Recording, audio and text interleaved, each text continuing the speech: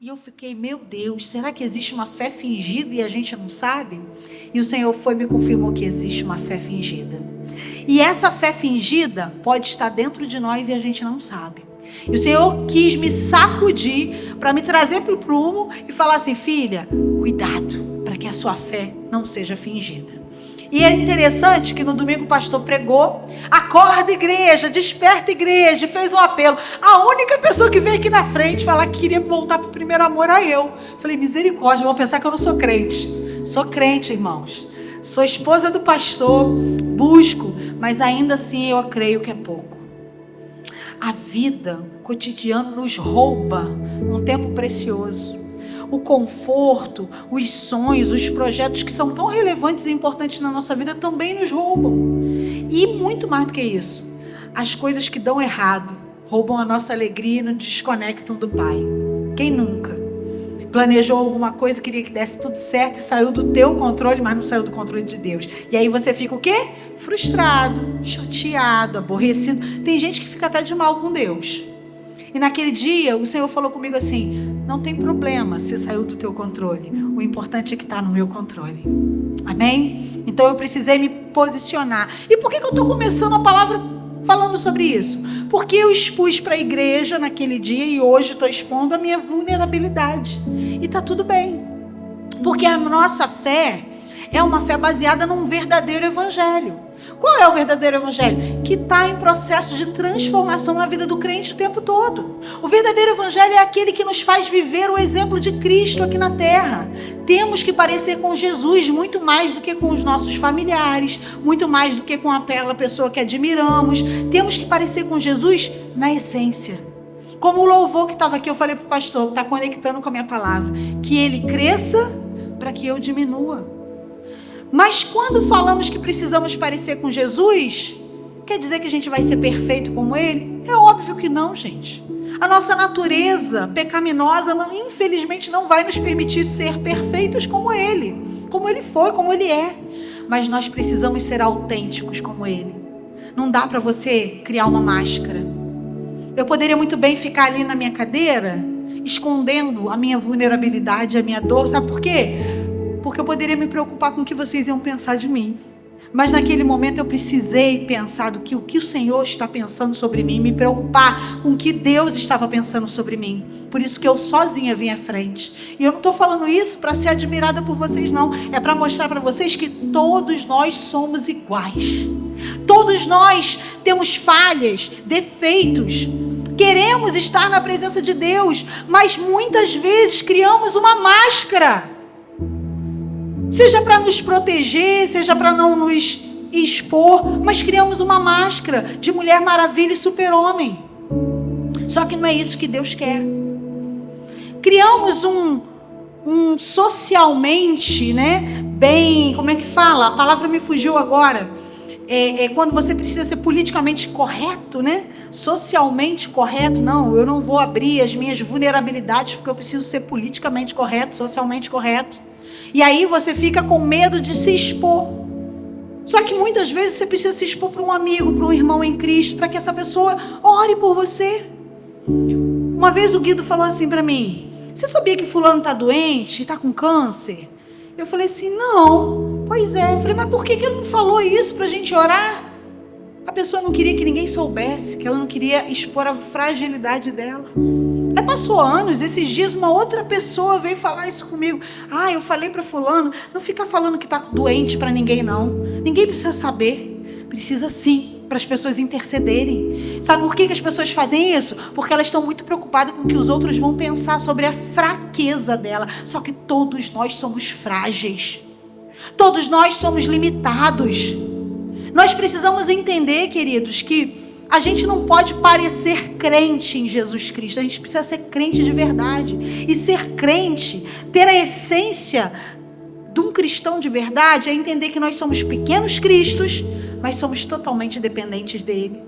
Frágeis, necessitados da tua misericórdia, do teu cuidado. Não somos perfeitos, somos vulneráveis. Mas acima das nossas vulnerabilidades, acima das nossas ações, das nossas reações, precisa existir uma marca. a nossa fé. Você pode ser frágil, mas se você crer, se você tiver fé, tudo que pedires, o Senhor dará. É o que a palavra diz. E eu escolhi um texto muito especial para essa noite. Um texto que fala de dois grandes homens de Deus, Paulo e Timóteo. Paulo nos escreveu muitas coisas. Paulo, em suas cartas, nos ensina coisas triviais para vivermos uma vida cristã. Paulo, com certeza, escreveu grande parte do nosso manual. Não precisamos nos preocupar das nossas fragilidades, sabe por quê? Porque aqui, não só Paulo, mas grandes homens de Deus colocaram suas fraquezas. Muitos registros mostram Davi, Moisés e tantas outras pessoas que foram frágeis, mas mesmo assim não se importaram em expor a sua fragilidade.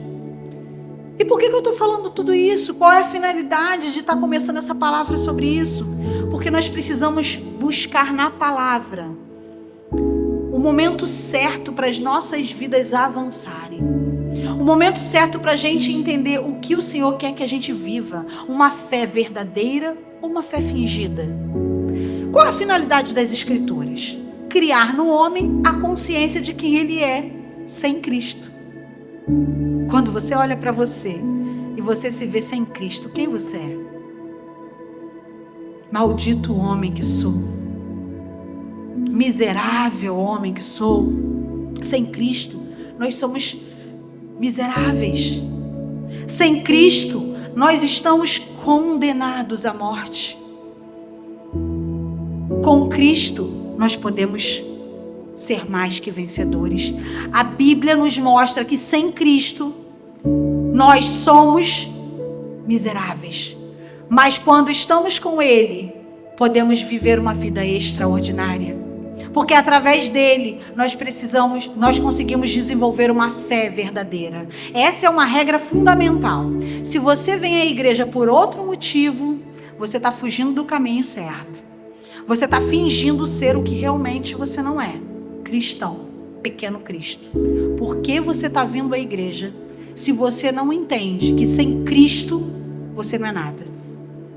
Se você tem um desejo, por exemplo, de vingança, de maldade, se você guarda raiz de amargura, se você finge que é legal com todo mundo, mas tem um ranço de fulano, tem tristeza de Beltrano, não vou com a cara de Bertrano, em nome de Jesus, volta para a fé verdadeira. Porque você está enganando a você mesmo. E aí, muitos podem afirmar, eu sou servo de Deus. Mas olha para o outro por cima. Eu sou servo de Deus, mas trata mal os simples e os iletrados. Eu sou servo de Deus, mas não perdoa, carrega raízes de amargura. Tem gente que ousa dizer que não vai com a cara de fulano, que não vai ajudar Beltrano e se diz servo de Deus. Alguns chegam mais longe, maquinam o mal e se diz igreja. Outros torcem contra as pessoas e se dizem igreja. O verdadeiro evangelho não é esse. Se você acredita que você pode viver a verdadeira fé, hoje o Senhor vai te colocar no eixo, amém?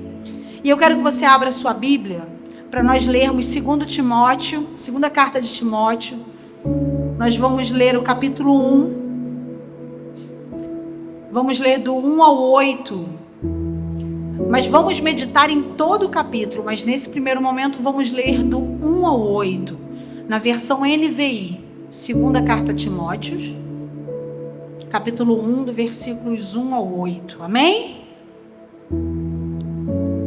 Paulo, apóstolo de Cristo Jesus, pela vontade de Deus, segundo a promessa da vida que está em Cristo Jesus, a Timóteo, meu amado filho, graça, misericórdia e paz da parte de Deus, Pai, e de Cristo Jesus, nosso Senhor. Exortação à fidelidade. Dou graças a Deus, a quem sirvo com a consciência limpa, como fizeram os meus antepassados, ao lembrar-me constantemente de você, noite e dia, nas minhas orações. Lembro-me das suas lágrimas e desejo muito ver você, para que a minha alegria seja completa. Recordo-me da sua fé não fingida, que primeiro habitou em Lóide, a sua avó, e na sua mãe Eunice, e eu estou convencido de que também habita em você. Por essa razão, torno a lembrá-lo, que mantenha viva a chama do dom de Deus, para que você recebeu pela imposição das minhas mãos. Pois Deus não nos deu um espírito de covardia, mas de poder, de amor, de domínio próprio. Algumas versões registram o equilíbrio. Portanto, não se envergonhe do testemunho do nosso Senhor, nem de mim, que sou prisioneiro dele, mas suporte comigo os sofrimentos pelo Evangelho segundo o poder de Deus. Queridos, eu li até o 8. Paulo, nesse texto, enfatiza a fé de Timóteo. E ele diz aqui que ele louva a Deus porque a fé de Timóteo não é fingida. Vamos orar? Santo Deus, nessa noite eu quero te pedir perdão pelos meus pecados pensados, falados e cometidos. Diante do teu altar eu quero entregar a minha vida e te pedir que não seja eu, mas que seja a sua boca aqui, Senhor. Que a mensagem, Senhor, saia da minha boca vinda do alto céu, Senhor. Que encontre solo fértil nos corações para dar muito fruto. Deus, em nome de Jesus, que assim como essa palavra me sacudiu, sacuda o coração dos teus servos. Que seja uma palavra recebida, Senhor, como amor, como ferramenta do céu, para que eles possam viver algo extraordinário, para que eles possam viver uma fé verdadeira. Usa, Senhor, essa palavra que vamos expor aqui no teu altar, para que seja cura para muitos irmãos aqui presentes e também online. É o que te pedimos em nome de Jesus. Amém. Quando eu olho para esse texto e eu vejo que Paulo reconhece em Timóteo uma fé genuína. Ele mostra ali que Timóteo tem um compromisso sincero com Cristo. Isso nos lembra a importância de uma fé autêntica e profunda em Jesus, refletida em nossas vidas diariamente. Ou seja, uma fé verdadeira. Vocês podem concordar comigo? Amém? A fé verdadeira é aquela que mostra compromisso com Jesus. E Timóteo, alguns estudiosos dizem que ele se converteu com 16 anos. Ele era filho e neto de judeus e o pai era grego. E a influência paterna sempre foi muito forte na vida das famílias. Só que naquele caso ali, a Bíblia não nos diz, que pelo menos naquele momento, que o pai tinha se convertido. Mas ele recebeu uma influência do céu através da vida da sua avó e da sua mãe. É impossível, gente, você viver dentro de casa, por exemplo, uma vida fingida. É fácil você fingir para o seu marido, para sua mulher, para os seus filhos, quem você é? Não é. Não é fácil. É impossível, na verdade. Por quê? Porque ali você abre a sua vulnerabilidade. E quando eu comecei a palavra falando que eu não tenho vergonha de ser vulnerável diante da igreja, é porque eu me sinto em casa, em família, amém? Então seria muito difícil para mim tentar fazer um personagem aqui. Em alguns momentos, a gente nem vai agradar. Como Jesus. Tem muitos momentos que Jesus não agradou a todos. Mas ele sabia que o posicionamento dele era um posicionamento vindo do céu. Ele sabia como agir. Ele era autêntico. E nós podemos até não ser perfeitos, mas precisamos ser como Cristo na essência, autênticos. É muito importante, quando eu olho para esse texto, eu vejo Paulo falando, com tanta firmeza sobre tudo que ele estava sentindo e sobre tudo que ele desejava a Timóteo. É uma carta. Mas esse mesmo Paulo um dia perseguiu os cristãos. Por que ele agora tinha autoridade para fazer isso? Porque ele viveu uma transformação. Paulo passou a ser outro ser humano. Ainda que ele tivesse suas fragilidades humanas, alguns dizem que ele era muito brabo para escrever, mas quando ele falava, ele era manso. Ele tinha as questões dele humana, mas ele não era mais aquela pessoa que perseguia os cristãos. Ele foi transformado. E Paulo, gente, ele é um exemplo de uma pessoa que precisou se posicionar dentro da igreja para poder dizer que realmente ele era um cristão. Ele tinha algumas características peculiares. Ele era muito verdadeiro, a ponto de chegar para Pedro face a face e confrontá-lo. Em Gálatas, você vê ele falando para Pedro assim: olha, você estava aí sentando com os gentios, comendo com os gentios, agora os judeus chegaram, você está fingindo que não conhece eles? Isso é hipocrisia. Ali nesse texto, se você estudar, você vai ver que até Barnabé se deixou levar pela hipocrisia. Então eu vejo que Paulo, ele tem uma característica que não é muito fácil. Ele era tão verdadeiro que às vezes chegava a ser duro. A gente costuma dizer que sinceridade demais é falta de educação. Mas em alguns momentos, você não precisa usar de sinceridade, mas você precisa usar de essencialidade. Eu não sei nem se existe essa palavra. Você precisa ser a essência de Cristo. A tua essência tem que exalar mais do que tudo. Então você precisa entender, voltando para o texto, e meditar nessa palavra, que se Timóteo, ele tinha uma fé que não era fingida, é porque era autêntica. Ele conseguia transportar para as pessoas e transmitir para as pessoas a sua verdadeira essência. Mas não a essência natural dele, a essência de Cristo. Então Timóteo era jovem quando reconheceu Jesus como seu único e suficiente Salvador. Ele era filho dessa judia. E quando a gente olha para o versículo 5, a Bíblia nos diz o seguinte: recordo-me da sua fé não fingida, que primeiro habitou em Lóide, a sua avó, e na sua mãe Eunice, e estou convencido que também habita em você. A primeira coisa que esse texto me mostra de cara é que a nossa fé, no meio da nossa família, ela nunca é fingida. As pessoas sabem se a sua fé é verdadeira ou não. Você não consegue criar um personagem. E mais importante, além de você entender que a sua fé não pode ser fingida, você precisa ter a sua essência exalando através de você. Sabe o que isso quer dizer? Você precisa deixar um legado. A Lóide e a Eunice viveram isso. Lóide passou um legado para Eunice, passou o bastão. Eunice passou o bastão para Timóteo. E você, querido? Você tem passado bastão para alguém? Você tem compartilhado do que o Senhor tem transbordado em você? Você sabe qual a importância do legado na Bíblia? O legado é um tema recorrente em muitas pregações. Por quê? Porque o legado, ele é apresentado na Bíblia através da vida de Moisés, de Davi, de Paulo. E isso não se resume só a eles, não. O legado é formado por atitudes diárias, valores sólidos, compromisso com o próximo. O legado é uma herança de valores, de ensinamentos, de práticas que moldam a vida do indivíduo. Paulo enfatiza a importância do legado de Lóide e Eunice. Deixar um legado traz uma série de benefícios, queridos, tanto para o indivíduo quanto para a sociedade. E por que eu estou falando isso? Porque a tua fé, se ela for fingida, você não vai se preocupar em deixar legado para ninguém. Você vai se preocupar só com você. Durante muito tempo eu achava que estava muito bom eu ter me convertido e recebido a salvação, que eu podia vir todo domingo, sentar no banquinho, assistir o meu culto, porque eu assistia. Eu não prestava o culto. Eu não tinha esse senso de que o culto era prestado por mim. E se o pastor na minha primeira igreja pregasse mal, eu falava assim: o pastor não pregou nada bem hoje. Eu não tinha esse senso de pertencimento e eu não entendia que eu prestava um culto a Deus. E se o culto for ruim, porque eu estava com o coração fora do lugar. Até que um dia Deus me tornou mãe.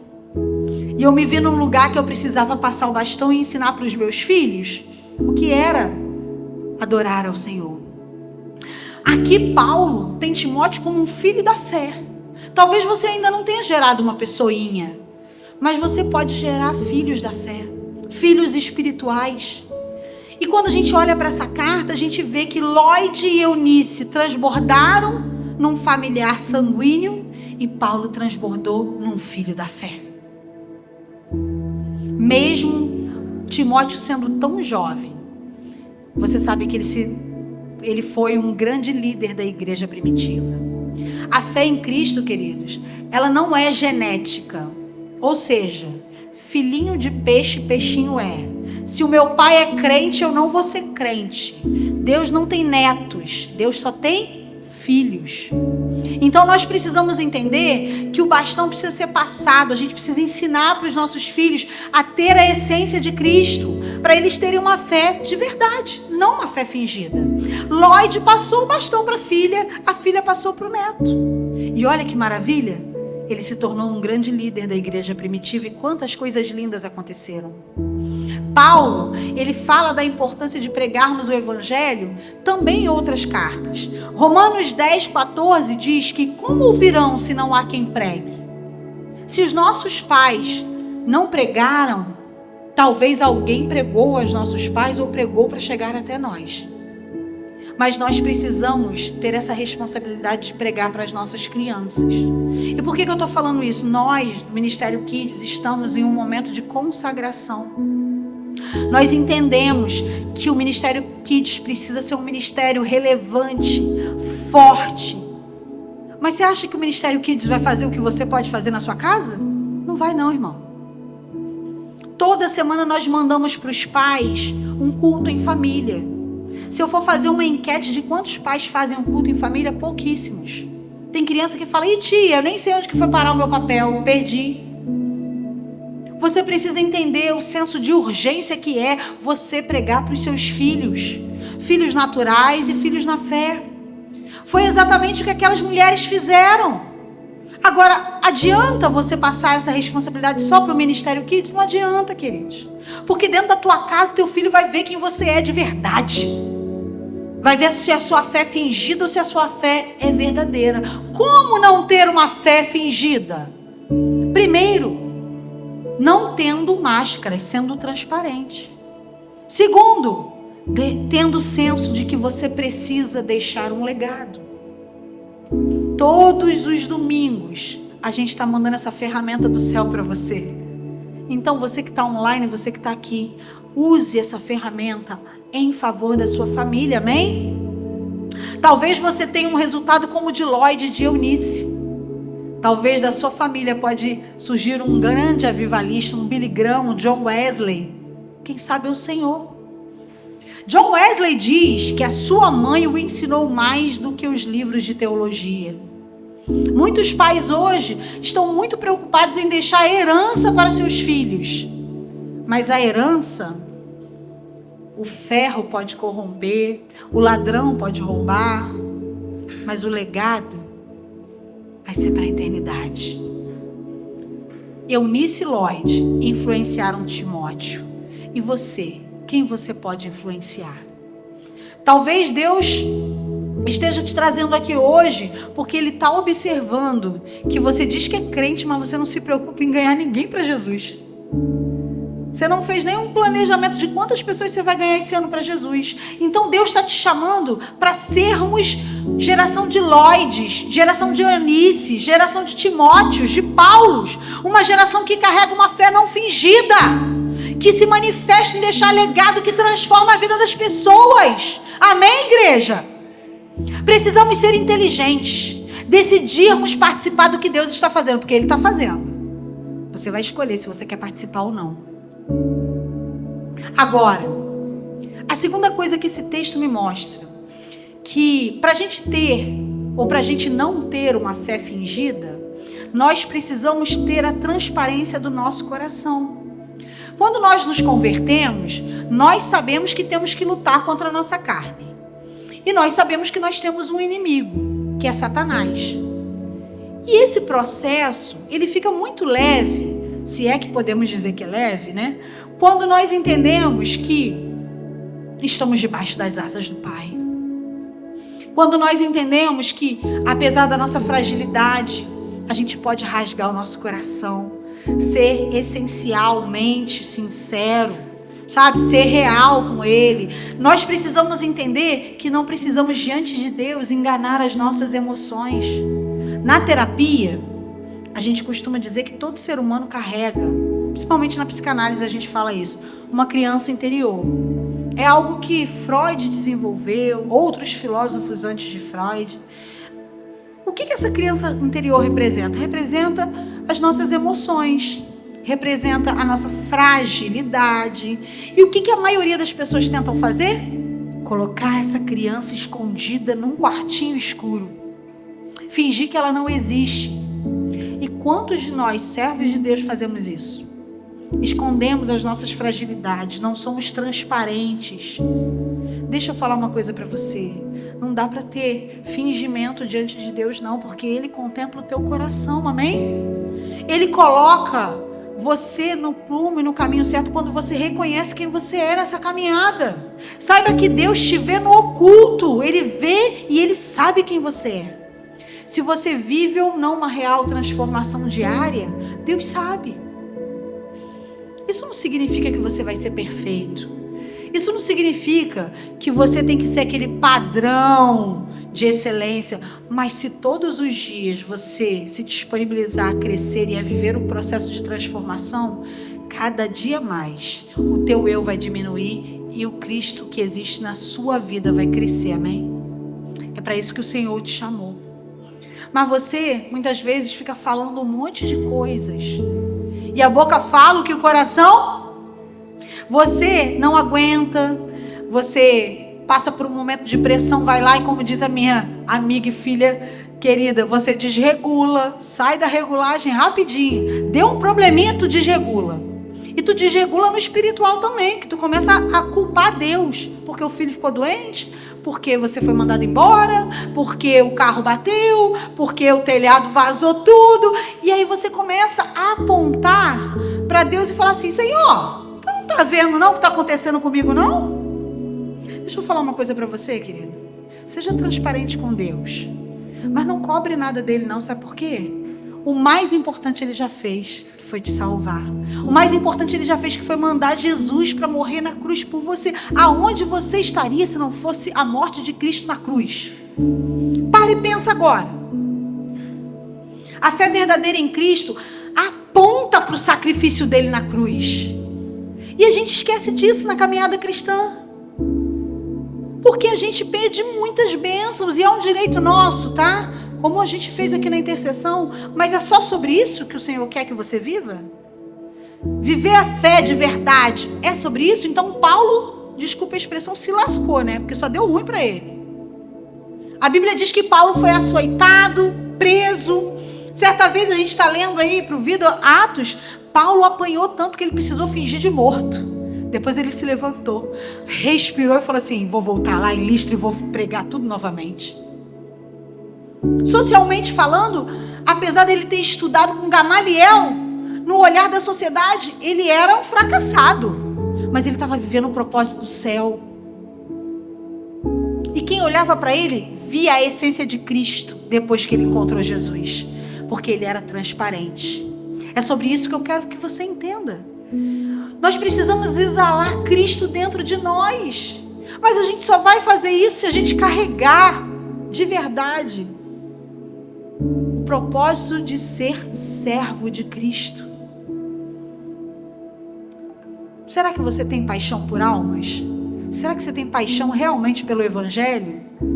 Ou a sua paixão é mais importante pelas coisas do mundo? O pastor pregou aqui que tem gente que tem medo de Jesus voltar porque não casou ainda. Ah não, só depois que eu casar. Querido, o céu é tão bom que não vai ter casamento. Se casamento é maravilhoso, calma, marido, não me olha assim não. Se o casamento é maravilhoso e não vai precisar ter no céu, é porque lá é plenitude. Então, se você não casou ainda, eu não quero te frustrar, mas olha, Jesus tem algo melhor para você. E olha que eu sou muito feliz no meu casamento. Eu indico todo mundo a casar. Meu filho mais velho vai casar. Eu não estou falando contra o casamento. Mas a sua expectativa não tem que ser só nas coisas desse mundo, entende? Nas coisas temporárias. Você precisa esperar nas coisas da eternidade. Nós não servimos a Cristo só para fugir do inferno. Esse é o grande problema. Nós servimos a Cristo porque nós o amamos. Porque Ele se entregou por nós e nós nos entregamos para Ele. Seja transparente. Se você não está com o coração nesse lugar, fala: Deus, me ajuda a viver isso daí que a pastora está falando. Porque eu realmente quero mais casar, quero mais ter um carro, quero mais ser feliz, fazer aquela viagem. Seja autêntico e transparente com Deus.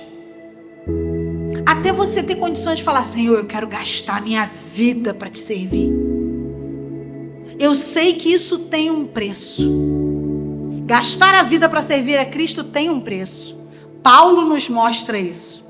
Um preço de renúncias, um preço de dores, de medo, Mas não medo por castigo, porque tem gente que vai servir a Deus ou a Cristo porque tem medo de ir para o inferno. Então, as pessoas ficam falando, se você não servir a Jesus, você vai para o inferno, hein?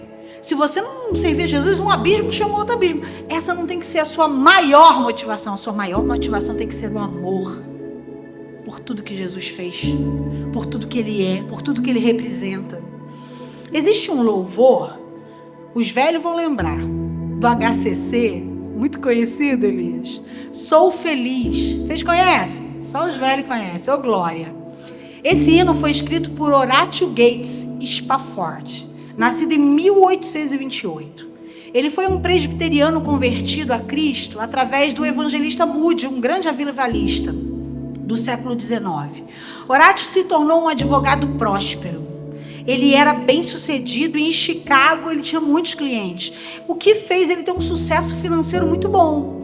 E aí ele continuou tendo um relacionamento estreito com Moody, que era esse avivalista da Europa, e ele tinha um grande interesse em campanhas de evangelização. Ele era um homem fiel que tinha uma fé verdadeira, mas a vida trouxe para ele algumas surpresas.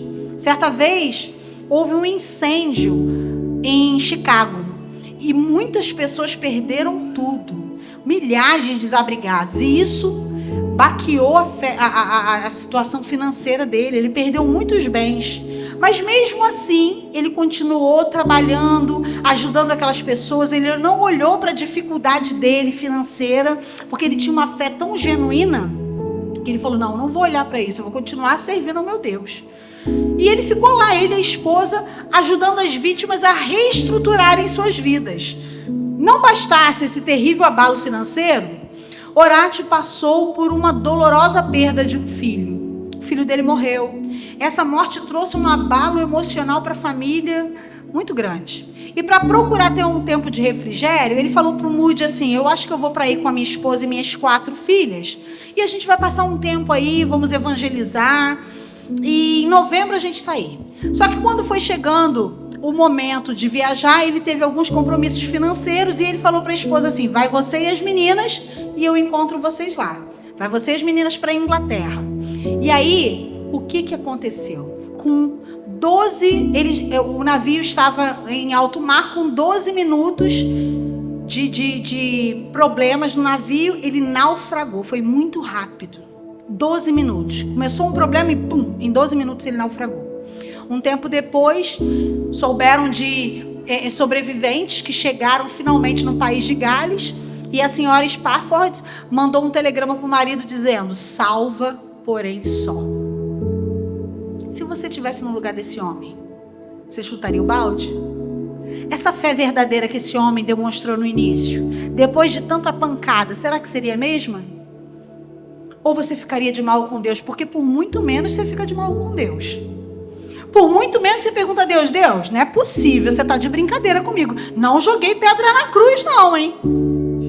Spafford teve grandes perdas, de forma catastrófica, não foi natural. Você acha que o coração dele endureceu? Você acha que ele se revoltou? Ele pegou o barco e foi para lá. E aí, Elias, eu queria só que você desse uma palhinha aqui, porque se eu fizer isso, eu ponho todo mundo para correr. Canta um pedacinho aqui de Sou Feliz, a capela mesmo, só para as pessoas entenderem a tamanha dor que esse homem passou e o que ele exalou, o que ele transbordou, o que ele falou sobre Deus. Você está passando problemas? E você acha que a sua fé é verdadeira? Por causa de uma calha que entope, cai água. Por causa de uma dívida que você teve um imprevisto e não conseguiu pagar. Você está passando problemas porque você está sendo contrariado no trabalho. Você está passando problemas conjugais ou problemas porque o seu filho está rebelde. Isso é muito pouco. É muito pouco para você botar em dúvida a tua fé.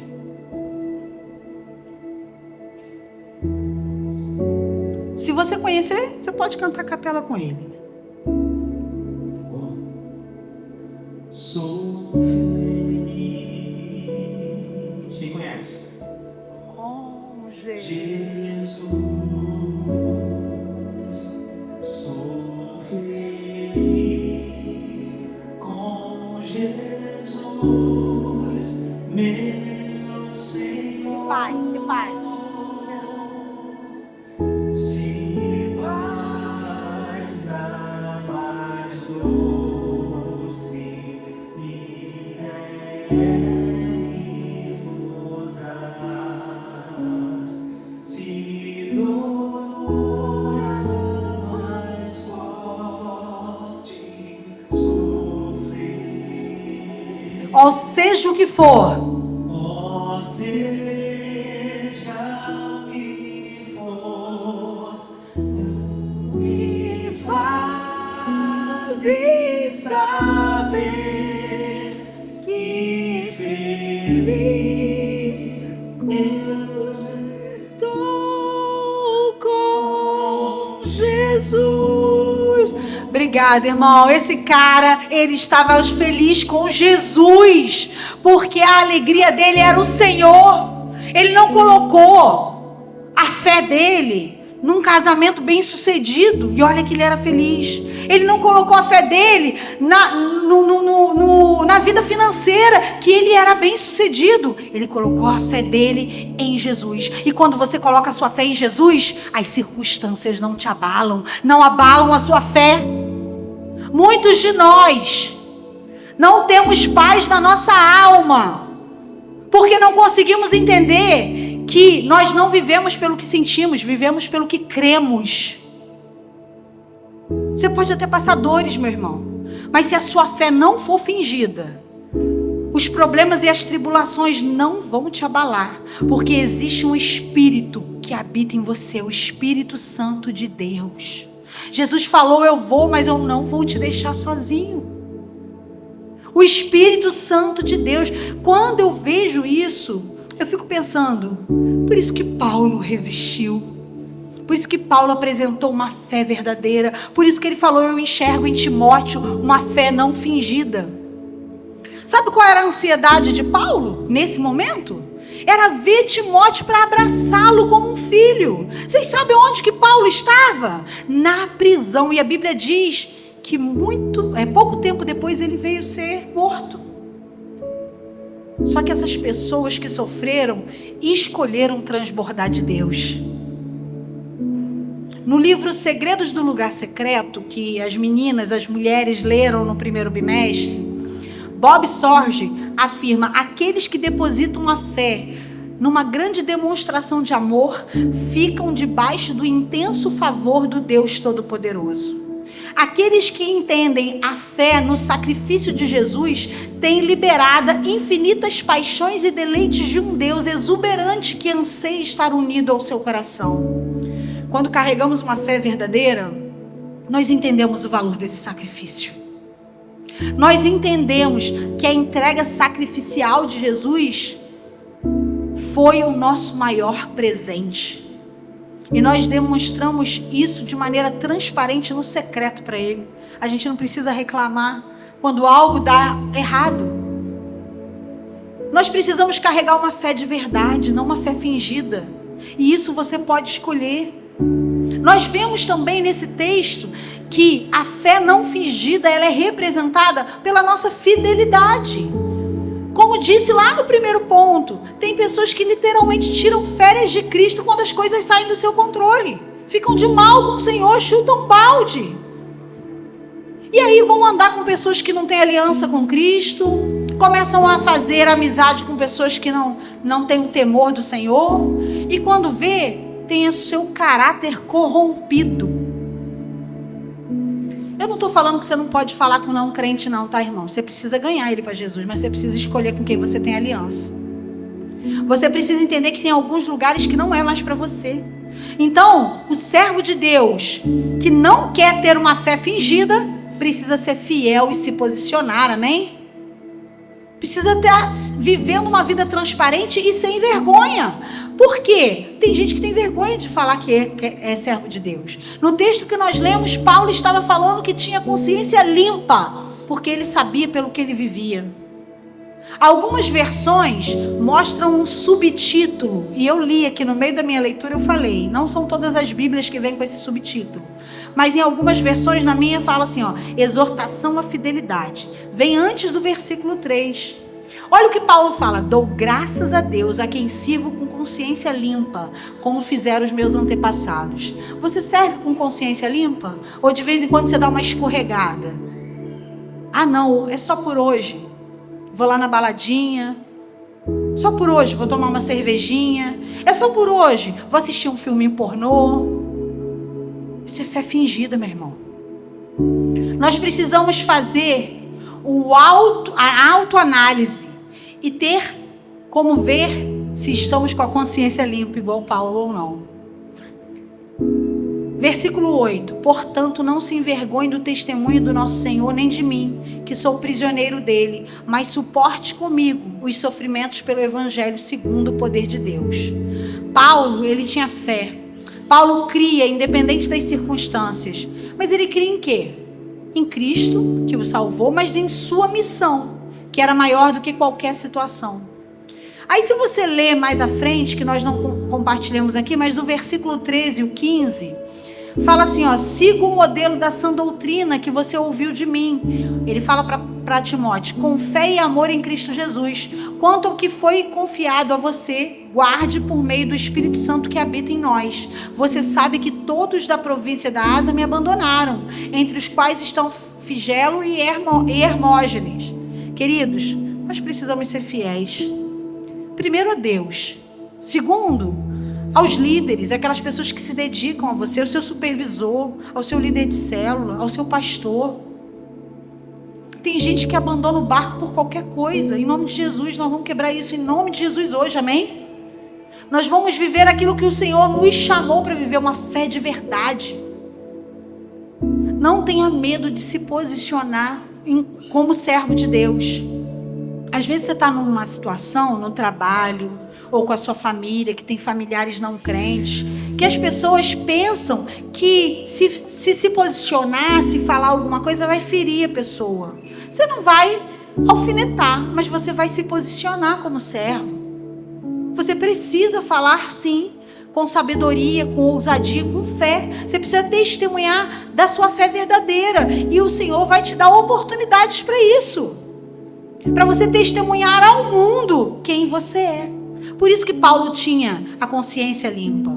Terceira coisa, para você não ter uma fé fingida, você precisa entender que você tem que orar pelos outros.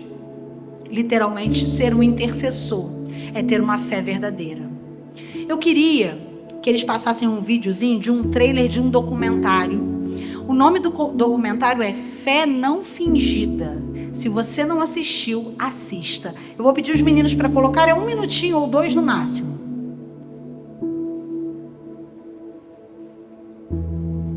Jonathan, conseguiu? Oi? Não conseguiu? Ah, tá. Então, irmãos, infelizmente eu não vou conseguir passar aqui, mas vocês anotem aí no celular de vocês, Fé Não Fingida. Assista esse documentário. Fala de mulheres nordestinas que vivem para a obra de Deus. Mulheres que passaram momentos difíceis, mas que não negligenciaram o processo da intercessão, da entrega à obra, do serviço ao rei. Será que nós estamos tendo uma fé verdadeira a ponto de deixar até a nossa dor no bolso, como esse autor do louvor de Sou Feliz? Será que nós somos como essas mulheres do documentário, que eu quero indicar a vocês, Fé Não Fingidas? Elas são nordestinas, vivem uma vida simples. Uma mulher testemunha lá que ela passou durante muito tempo tomando água de coco de manhã, de tarde, de noite. E um dia, uma vizinha falou assim, corre para fechar a casa, porque tá vindo muita folha aí, vai sujar a sua casa. E ela falou pro marido, corre lá, meu filho, para fechar a casa, porque vai sujar a casa toda. Quando chegou lá, era nota de dinheiro voando. Até hoje ela não sabe de onde que surgiu aqui. Você sabe o que é isso? É milagre. Milagre que Deus às vezes permite que a gente viva para a gente testemunhar da transformação do que Ele pode fazer na nossa vida. Mas primeiro ela passou um processo. Ela viveu tomando água de coco. Então, se você está passando um momento difícil, entenda que isso é um período. Você não vai ficar no deserto o tempo todo. E ela depois pôde testemunhar. Uma outra mulher fala que é muito importante você interceder. Sabe por quê? Porque enquanto você intercede, o mundo espiritual está se movimentando. Vocês acham que elas intercedem e oram em igrejas lotadas? Muitas vezes são elas e mais uma ou duas. Sem plataforma, sem público, mas sendo vista pelo Pai Celestial. Transparentes, disposta a viver uma fé de verdade. O que te impede de viver essa fé não fingida? Paulo passou por muitas lutas. Servos do Senhor, em vários momentos da Bíblia, passaram por lutas, mas não deixaram a sua fé de verdade de lado.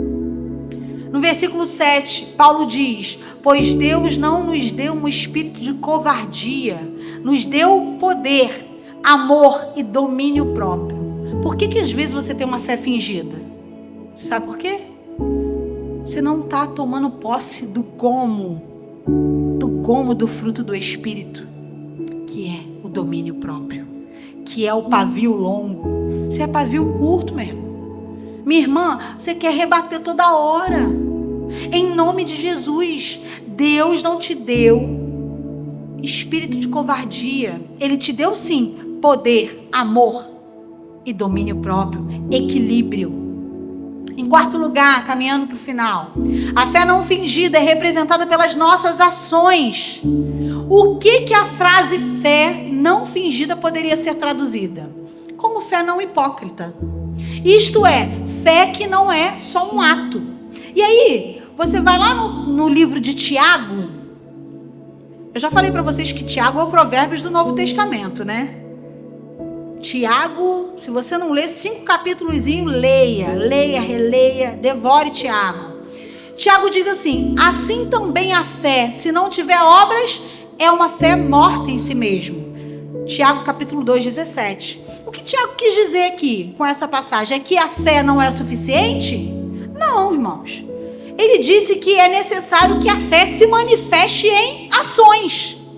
Eu tenho muita fé, mas na hora de entregar o dízimo você não tem coragem. Eu tenho muita fé, mas na hora de se entregar para o serviço ao reino, você tem um monte de desculpas. Que fé é essa? Sem obra. A fé verdadeira se evidencia através dos seus comportamentos, das suas ações, não apenas através dos seus pensamentos ou das suas palavras. Precisa haver um movimento. O Senhor vai fazer o que você não pode fazer. E o Tiago, ele nos ensina que a fé sem obras é morta. E que a fé deve ser demonstrada vivendo de acordo com o Evangelho. Você acha que Tiago e Paulo estão entrando em conflito aqui? Não. Eles estão um complementando o outro. A fé sem obras é fé morta porque revela um coração que não está fora do lugar. Um coração morto. Um descrente. A fé sem obra é inútil, pois não revela uma vida dedicada a Deus. A fé sem obras é incapaz de produzir resultados espirituais. A fé alcança sua credibilidade diante de Deus com as obras demonstradas diante dos homens. Deus te vê no secreto, mas você testemunha sobre o que você vive no secreto diante dos homens. Paulo afirmou que a causa da salvação é a fé. Tiago vai dizer que a evidência da salvação é a boa obra. Eles se complementam. Hoje Deus quer te fazer examinar a si mesmo. Será que a sua fé é verdadeira ou fingida? Hoje o Senhor quer te dar uma oportunidade de viver literalmente em fé. De viver aquilo que o Senhor te chamou para viver. Fazer com que a vontade dele cresça e que a da tua carne diminua. Talvez, se você olhar para a sua vida, você tenha registrado dentro de você muitos momentos que você chutou o balde e nem percebeu. Viveu uma fé que não é verdadeira e nem percebeu. Hoje o Senhor quer te chamar para viver uma fé de verdade. Quero que você feche seus olhos. Senhor Jesus, talvez tenha aqui alguém vivido, fragilizado pelos seus problemas. Talvez a vida dessas pessoas tenha se apresentado cheia de situações que fragilizam a fé delas. Algumas pessoas aqui talvez tenham tentado esconder as suas dores e as suas vulnerabilidades porque precisam inspirar outras pessoas, e a gente não está aqui para julgar essas pessoas, mas nós queremos clamar hoje para que o Senhor faça um movimento, para que o Senhor toque no coração dessa pessoa, para que ela entenda que ser vulnerável, ser transparente para Ti, mostrar para o Senhor que ela precisa de ajuda, não é motivo de fracasso, mas sim de dependência em Ti. Senhor, nós cremos no Teu sacrifício na cruz, que nos trouxe a libertação. Nós sabemos que o Senhor não nos deve nada, Senhor. Então hoje nós escolhemos colocar a nossa fé em primeiro lugar. Nós não queremos negociar a nossa fé, Senhor. Nós queremos confiar que o Senhor vai cuidar de nós, ainda que passemos por momentos difíceis. Senhor, nós queremos ser fortalecidos a ponto de estarmos prontos para passar o bastão para filhos naturais e espirituais. Senhor, em nome de Jesus, não queremos ter medo, não queremos ter espírito de covardia, mas de fé e sabedoria para resplandecer a Tua luz através da nossa vida. Faz um movimento espiritual aqui agora, Senhor. Tira do lugar aquela pessoa que precisa arrancar o coração de pedra e colocar um coração de carne. Aquela pessoa que talvez tenha vivido uma fé que até hoje achava que era verdadeira, mas entendeu que não é. Mas que hoje ela quer viver uma fé de verdade. Em nome de Jesus, faz um movimento e muda as circunstâncias. Nos faz romper em fé, nos faz viver aquilo que o Senhor realmente nos chamou para viver, os Teus projetos do céu aqui na terra. Essa é a oração que te fazemos em nome de Jesus. Amém.